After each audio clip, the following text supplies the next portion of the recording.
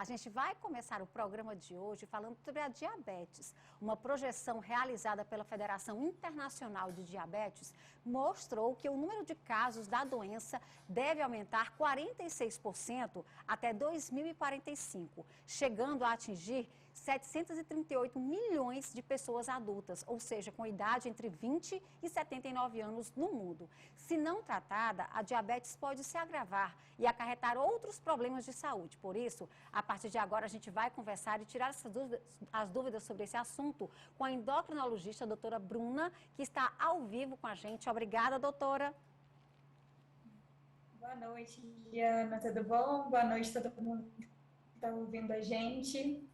A gente agradece, né, o atendimento na nossa equipe, ao nosso pedido de reportagem, a doutora Bruna Farola, que está ao vivo diretamente de São Paulo. E eu começo lhe perguntando, né, por que números tão altos devem chegar a atingir pessoas com a diabetes? É o mau hábito alimentar? O que é que está provocando aí essa previsão de aumento da doença, doutora? Com certeza, Liana. Eu acho que é uma coisa muito importante da gente discutir sobre isso, né? Até aqui no Brasil, a gente estima que no momento a gente tenha cerca de 17 milhões de adultos convivendo com diabetes. É claro que a gente tem diversos tipos de diabetes, alguns, enfim, são genéticos e a gente não consegue ter tanta influência pelos nossos hábitos, mas o principal tipo, que é o diabetes tipo 2, o diabetes que a gente conhece, né, de falar do adulto, está muito relacionado com nossos hábitos. Então, a gente vê, né, uma epidemia de casos de sobrepeso, obesidade, né, muito gerado pelos erros, né, às vezes, de alimentação, pela questão da falta de prática de atividade física.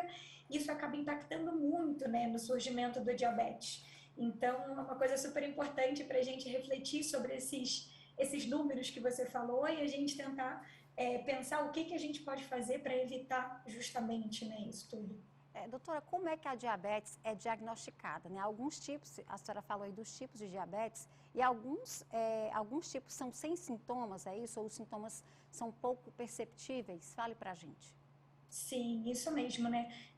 O problema do diabetes é que ela é uma doença, na maior parte das vezes, silenciosa.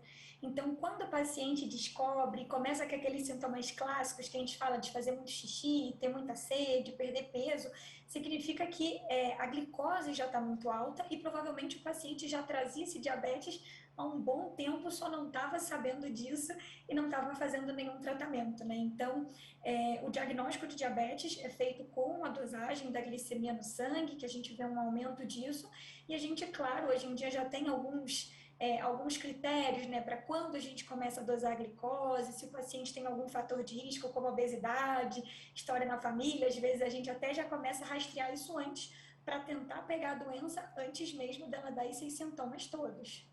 Doutora, uma diabetes mal curada ou maltratada, né? Que complicações mais graves ela pode causar aí para a vida, né, de um paciente?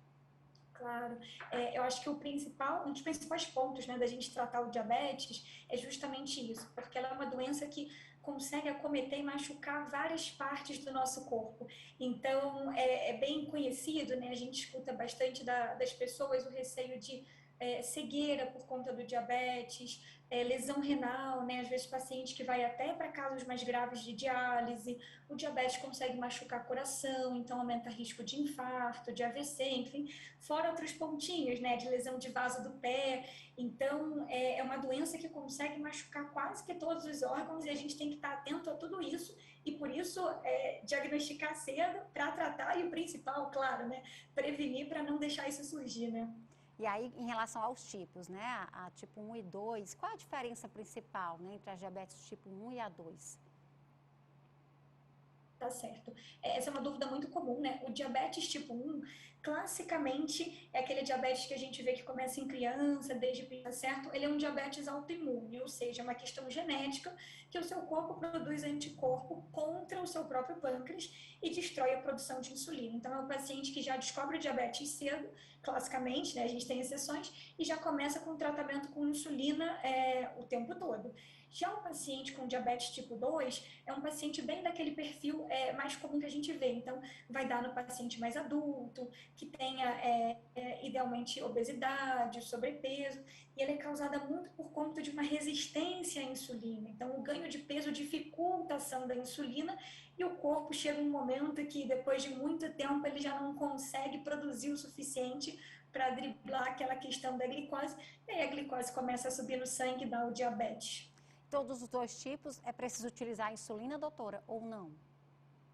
Não necessariamente. O diabetes tipo 1, obrigatoriamente a gente vai cair no uso de insulina, porque a gente já tem desde o começo da doença uma destruição, né, das nossas células que produzem a insulina, enquanto que o diabetes tipo 2, isso é muito variável, tá certo? No começo de quadro, em geral, a gente começa com tratamentos medicamentosos para estimular a nossa própria produção de insulina ou facilitar a ação da insulina que o corpo está produzindo.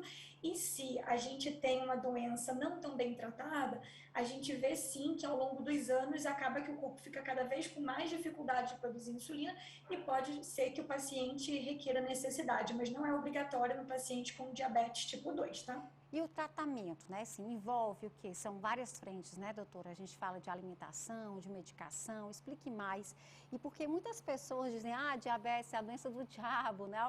Alguns falam assim, porque essa dificuldade, né, de você controlar o que você vai comer.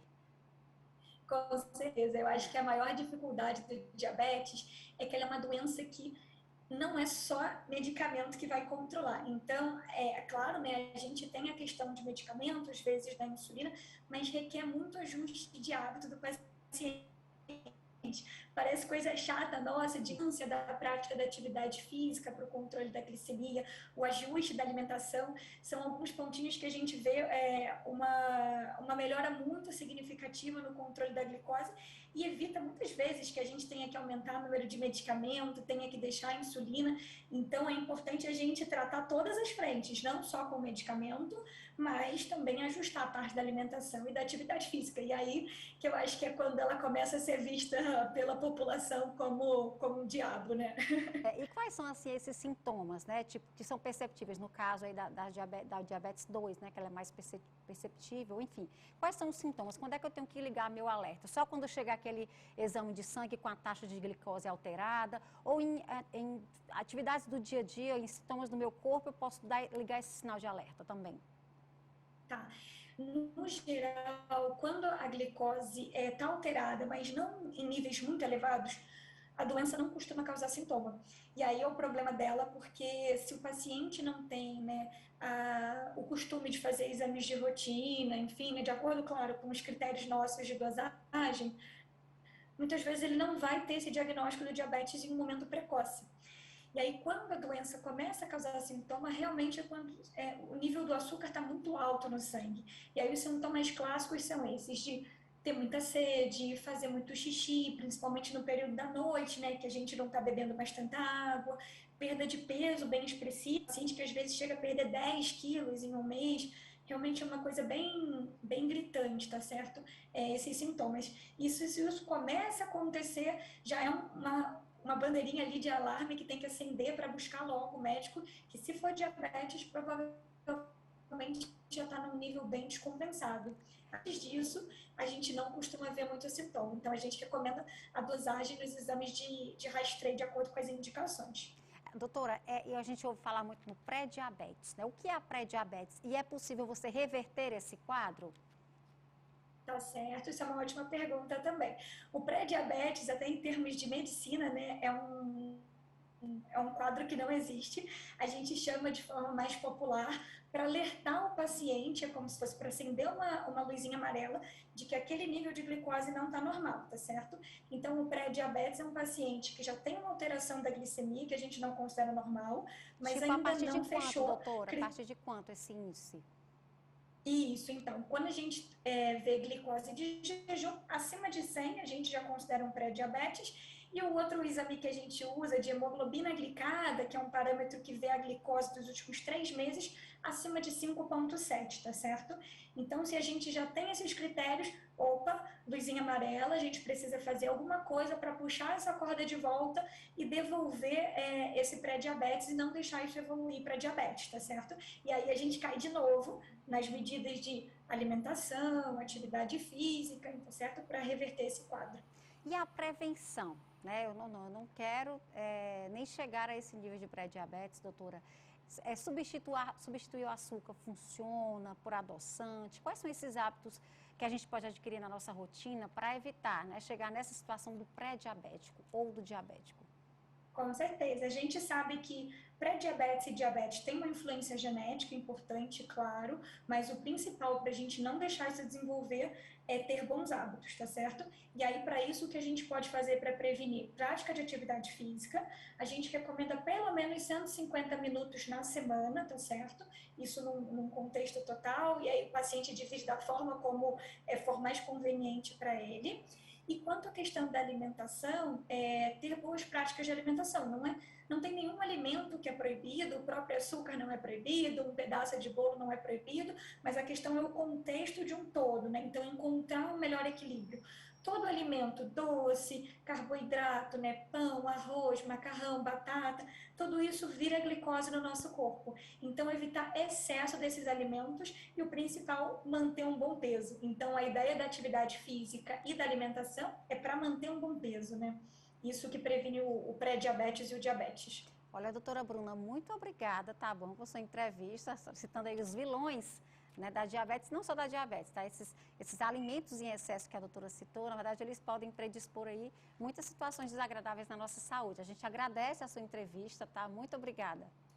Que é isso, foi um prazer participar. Boa noite, hein? Boa noite, doutora. Olha só, então, gente, atividade física, assim, remedia muitos males, né? Na verdade, ele previne muitos males na nossa vida. E os hábitos alimentares são esse complemento a mais. Então, a gente é aquilo que a gente come e aquilo que a gente faz. Tá aí, então, a dica da doutora Bruna.